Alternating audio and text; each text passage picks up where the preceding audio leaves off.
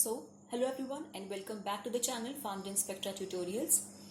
Thank you for liking, subscribing and commenting in our videos and showing interest in our videos.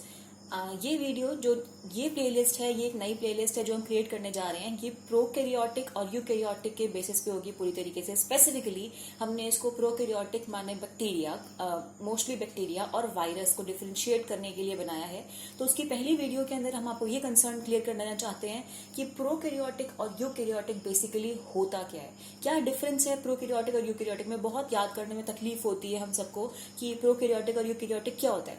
तो first and all prokaryotic का मतलब होता है, pro मतलब before और carrion means nucleus, colonel. ठीक है, तो याद रखिए कि प्रो मतलब पहले और ये होता है न्यूक्लियस। तो न्यूक्लियस के पहले के पहले वाला। ठीक है, तो हमने इसको इस तरीके से कुछ समझने की कोशिश करी है। एक चीज आपको मैं हिंट देना चाहूंगी, इसमें टिप देना चाहूंगी कि आपको जैसे अगर मुश्किल होती है कि आपको याद करने में कि बैक्टीरिया क्या है और ह्यूमंस क्या होते हैं, तो प्रोकैरियोटिक क्या है, यूकैरियोटिक क्या है, तो आप ऐसे याद रखिए। यू मीन्स यू, आप क्या है, एक ह्यूमन बीइंग है, तो आप इधर आएंगे, आप कॉम्प्लेक्स हैं, आप इधर आएंगे। ठीक है, और प्रो मतलब जो पहले आया था, जो कि सिंपल है, तो वो इसमें आएगा। मतलब बैक्टीरियाज एंड ऑल सब इसमें आते हैं और ह्यूमंस एंड ऑल सब इसमें आते हैं। क्लियर। सेकेंडली, अब प्रोकैरियोटिक की बात करते हैं तो प्रोकैरियोटिक के अंदर हमारे क्या क्या चीजें आती है। हमारे प्रोकैरियोटिक में आता है eubacteria, archaebacteria, kind of organisms आते हैं प्रोकैरियोटिक के अंदर। ठीक है, अब हम फोकस करेंगे प्रोकैरियोटिक एंड यूकैरियोटिक के बेसिक डिफरेंस के बीच में। तो ये है इनका डिफरेंस।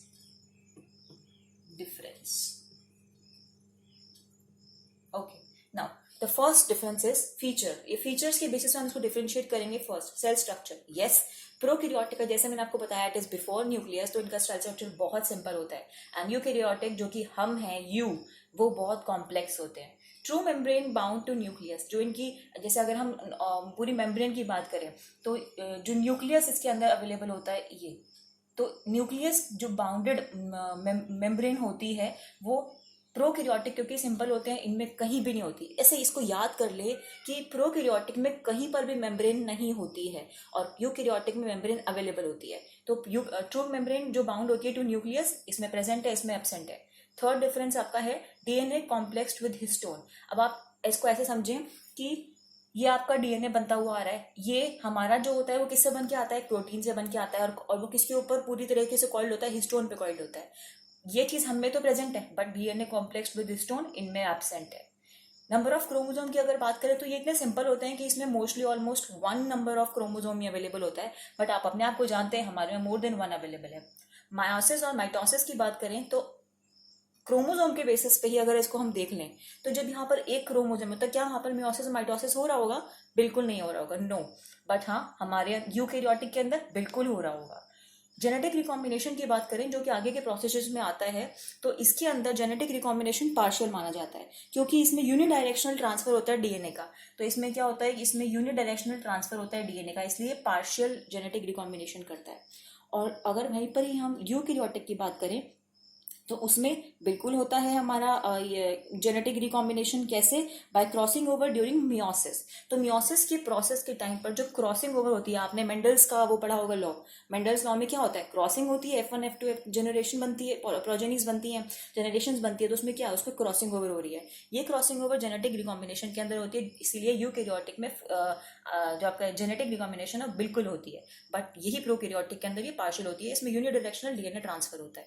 राइबोसोम की अगर बात करें तो 70S, यस 70S के अंदर आपकी प्रोकैरियोटिक के अंदर सिर्फ 70S अवेलेबल होता है। इसको एग्जांपल लेके समझें तो अगर आपने बैक्टीरिया का स्ट्रक्चर अगर आपने अच्छे से पढ़ा है, अगर आपने फार्माकोलॉजी की अगर हम बात करें तो उसमें जो ड्रग टारगेट करती है, अगर एक ड्रग है और ये बैक्टीरिया है, अगर कोई भी एंटी माइक्रोबियल ड्रग टारगेट कर रही है बैक्टीरिया के प्रोटीन बेस्ड स्ट्रक्चर के ऊपर, राइबोसोम के ऊपर, तो वो हमेशा 70S पे अफेक्ट करेगी या 50S पे अफेक्ट करेगी। क्यों? क्योंकि उसके अंदर है ही अवेलेबल 70 और 50S का राइबोसोम अवेलेबल है, और यहीं पर यूकैरियोटिक के अंदर 80 और 70S अवेलेबल होता है।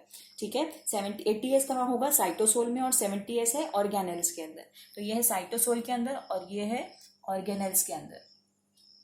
नेक्स्ट काम मेम्ब्रेन बाउंड ऑर्गेनेल्स।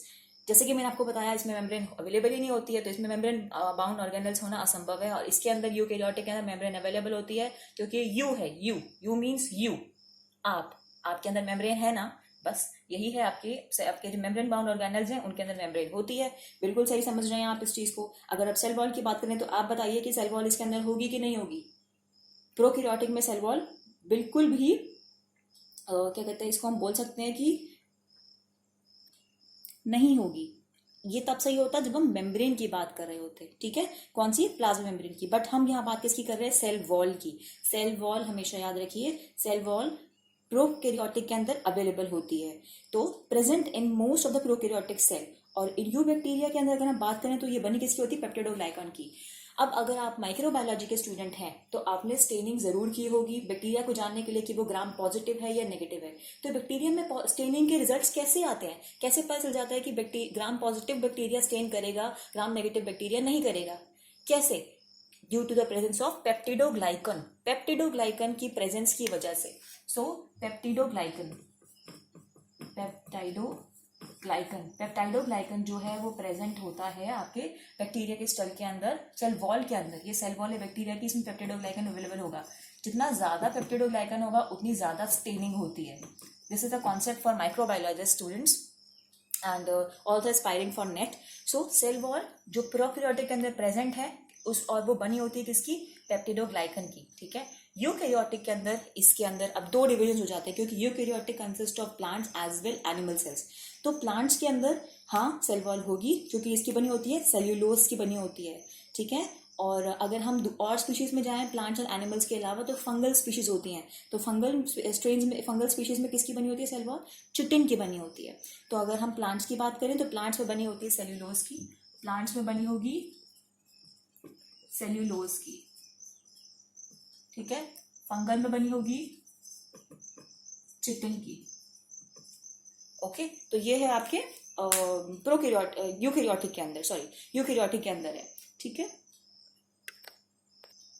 तो अगर इसको हम दोबारा समराइज करें तो हाँ, this is the summary of cell for cell wall. Cell wall जो है, सेल वॉल प्रेजेंट है प्रोकैरियोटिक के अंदर एंड कंसिस्ट ऑफ पेप्टिडोग्लाइकन, ठीक है।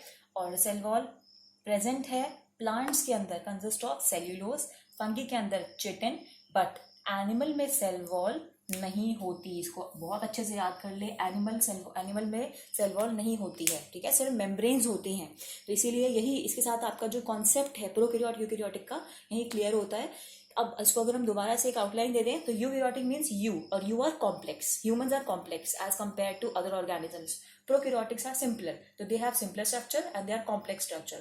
Two membrane absent, two membrane present. DNA complex histone with histone absent, present. Number of chromosome mostly one, more than one. Meiosis, mitosis absent, present. Genetic recombination partial. Unidirectional flow होता है DNA का. This is full. Ribosome की बात करें 70S, 80S and 70S. Bacteria में 70S available है, but eukaryotes में 80S and 70S में से दोनों हो सकते हैं. मेम्ब्रेन बाउंड ऑर्गेनिजम्स बिल्कुल भी नहीं होंगे क्योंकि मेम्ब्रेन की अवेलेबिलिटी नहीं है यहाँ पर अवेलेबल। सेल वॉल की बात करें तो सेल वॉल यहाँ पर होती है बट यहाँ पर नहीं होती, मतलब पार्शियली। किस केसेस में होती है, किस केसेस में होती है, अभी हम डिस्कस करेंगे। तो प्रोकैरियोटिक में प्रेजेंट है in the case of bacteria, as you say that peptidoglycan की फॉर्म में जो होती है सेल वॉल। यूकैरियोटिक में प्रेजेंट है कब, जब प्लांट और फंगाई का केस है, और एब्सेंट है कब, जब एनिमल का केस है। A for A. तो absent in animal, present in plants. Okay, I think this concept is very much clear that prokaryotic और eukaryotic के बीच में क्या difference है। So students, ये तो थी difference की बात, but talking about similarity जो अक्सर हम लोग छोड़ देते हैं। हम हमेशा difference की बात करते हैं कि इन दोनों में difference क्या है, but where is the similarity?